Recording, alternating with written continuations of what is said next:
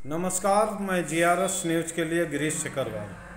आज के इस ब्लॉग में मैं बात करने वाला हूं इंडिया गठबंधन के उस दरार की जो कि कांग्रेस और समाजवादी पार्टी के छुटभइये नेताओं के बीच वाद विवाद होने से बढ़ती जा रही थी। उस दरार को कांग्रेस के पूर्व राष्ट्रीय अध्यक्ष माननीय राहुल गांधी ने लगभग निपटा दिया है। इस बात की स्वीकारोक्ति सपा सुप्रीमो अखिलेश यादव ने भी की। आप सभी लोगों को जानकारी होगी, मध्य प्रदेश में आधा दर्जन सीटों के लिए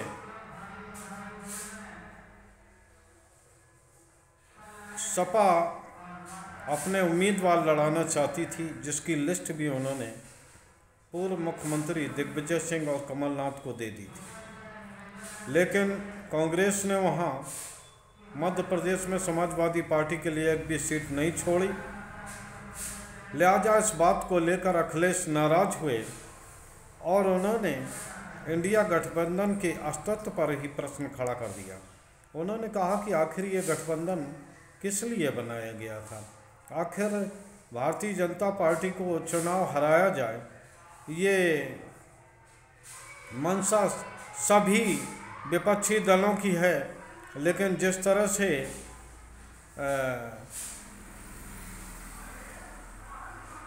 पहले ये बात तय हुई थी कि मिलके चुनाव लड़ा जाएगा, 1 बाई 1 प्रत्याशी होंगे और जहां जो लोग ताकतवर होंगे उस राज्य में वह बड़े भाई की भूमिका निभाएगा। तो लिहाजा 6 सीटों की सूची उन्होंने सौंपी थी, लेकिन उस सूची के आधार पर जब नहीं हुई तो वाद विवाद का सिलसिला शुरू हो गया। उत्तर प्रदेश के कांग्रेस के प्रदेश अध्यक्ष अजय राय ने भी तल्ख टिप्पणियां की।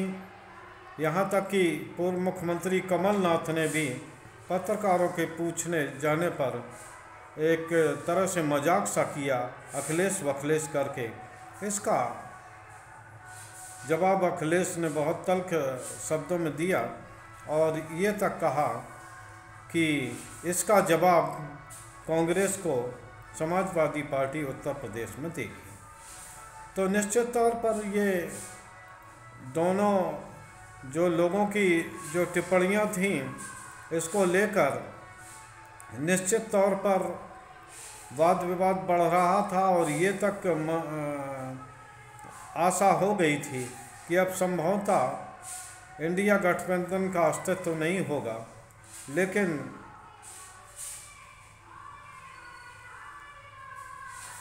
जिस प्रकार से अखिलेश ने सभी अपने उनको कार्यकर्ताओं को और नेताओं को संदेश दिया है कि कोई भी नेता एवं कार्यकर्ता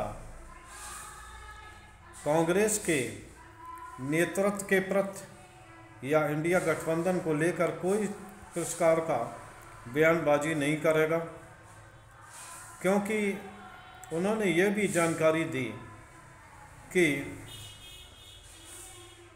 कांग्रेस के एक बड़े नेता की ओर से उनको संदेशा आया है। उनका निश्चित तौर पर ये संदेशा और ये बात बताने का उद्देश्य यही था कि माननीय राहुल गांधी ने उनसे फ़ोन पर बातचीत की है और कांग्रेस नेताओं को भी समाजवादी पार्टी की ओर कोई बयान देने दिलाने के लिए रोका है।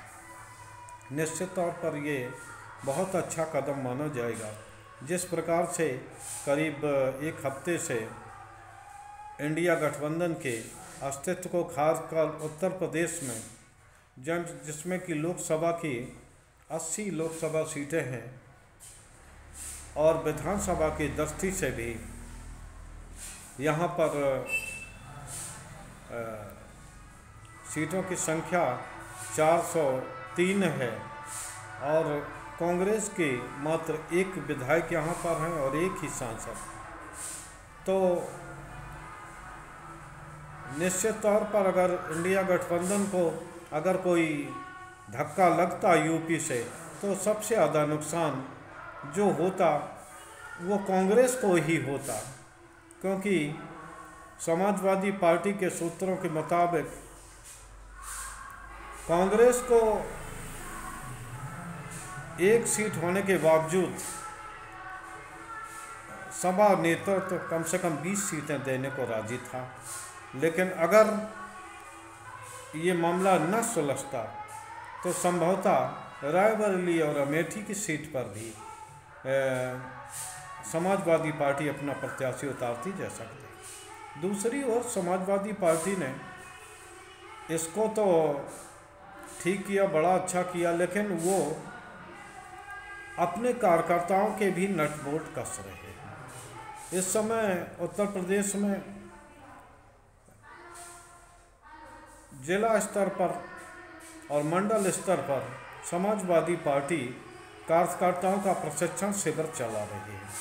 हरदोई में राष्ट्रीय महासचिव शिवपाल यादव के उपस्थिति में उसमें कार्यकर्ताओं को संदेश दिया गया कि वो अपने दलीय अनुशासन को बनाते हुए और अपनी वाणी को विराम दें। आप सभी लोगों ने देखा होगा कि लगातार 2 बार से जो समाजवादी पार्टी 2017 में चुनाव हारी थी, 22 में यह तय माना जा रहा था कि अब की बार समाजवादी पार्टी की वापसी हो रही है, लेकिन केवल कार्यकर्ताओं के बड़बोलेपन और अनुशासनहीनता के कारण ही 22 में समाजवादी पार्टी 111 सीटों पर आकर रुक गई। जबकि आप सभी लोग जानते होंगे कि जितने विकास के काम समाजवादी पार्टी ने उत्तर प्रदेश में कराए हैं, उतने संभवतः 10 साल अगर हो जाएंगी, पूरा कार्यकाल कर देगी भारतीय जनता पार्टी, तो वो अपने इतने दिनों में नहीं करा पाई है, ना करा पाएगी। लेकिन आम जनता ने आखिर समाजवादी पार्टी को क्यों नहीं चुना? इसका एकमात्र कारण यही है कि समाजवादी पार्टी के कार्यकर्ता समाज में इस तरह की बयानबाजी करते हैं जिसको लेकर इतने विरोध के बावजूद, इतने परेशानी के बावजूद सभी लोग अपना वोट फिर से भारतीय जनता पार्टी को दे देते हैं। आप सभी लोग जानते होंगे भाजपा की नीतियों से किसान, जवान, शिक्षित, बेरोजगार, सभी तरह के लोग, व्यापारी परेशान हैं। लेकिन प्रश्न यहाँ यही उठता है कि इतनी परेशानी के बावजूद आखिर लोग समाजवादी पार्टी को वोट क्यों नहीं देते? तो उसका कारण संभवतः समाजवादी पार्टी के नेताओं को समझ में आ गया होगा। नरेश उत्तम पटेल जो कि प्रदेश अध्यक्ष हैं, उन्होंने कार्यकर्ताओं को साफ संदेश दिया कि आप भाषाई मर्यादा बनाकर रखें और दलीय अनुशासन बहुत ज़रूरी है। अब देखना यह है कि समाजवादी पार्टी अपने में कितना सुधार करती है। अगर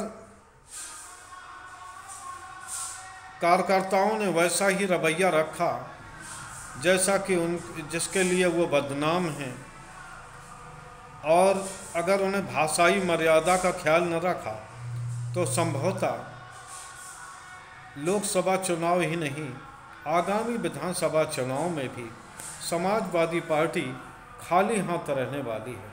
यहाँ तक आपने देखा होगा लोग जिला पंचायत में उन्हें वोट देते हैं, छोटे चुनाव में वोट देते हैं, लेकिन जब विधानसभा का चुनाव आता है तब उन्हें वोट नहीं देते।